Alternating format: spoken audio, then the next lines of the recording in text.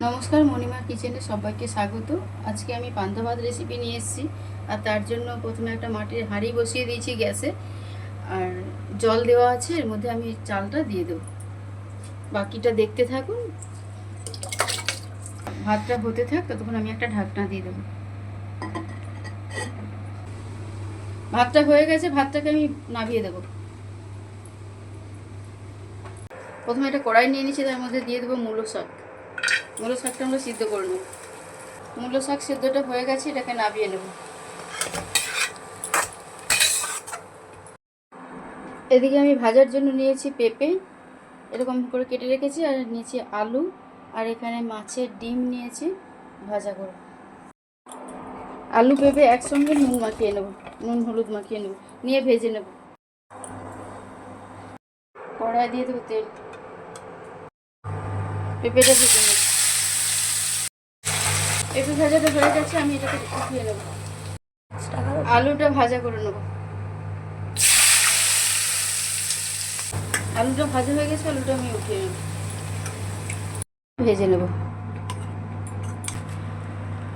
পান্তা ভাতের জন্য মাছের ডিম একটুখানি ভেজে নেব। তার জন্য প্রথমে বাটিতে ডিম নিয়ে নিয়েছি, আর নিয়েছি পেঁয়াজ কুচি, কাঁচা লঙ্কা কুচি, আর ওর মধ্যে দিয়ে দেবো একটুখানি বেসন, একটু দিয়ে দেবো হলুদ, নুন নেব।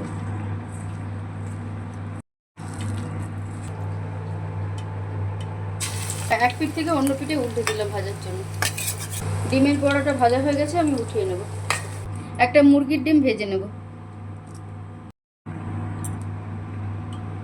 দিয়ে দেবো পেঁয়াজ, কাঁচা লঙ্কা, আর দিয়ে দেবো নুন।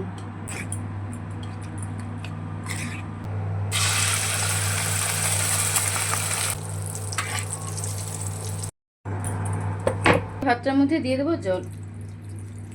এখন দিয়ে দেবো নুন, লঙ্কা ভাজা।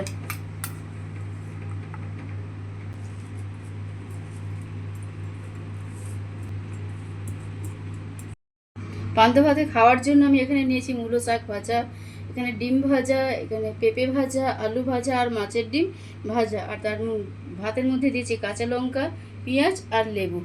ভালো লেগে থাকে অবশ্যই লাইক কমেন্ট সাবস্ক্রাইব করে আমার পাশে থাকবেন। ধন্যবাদ।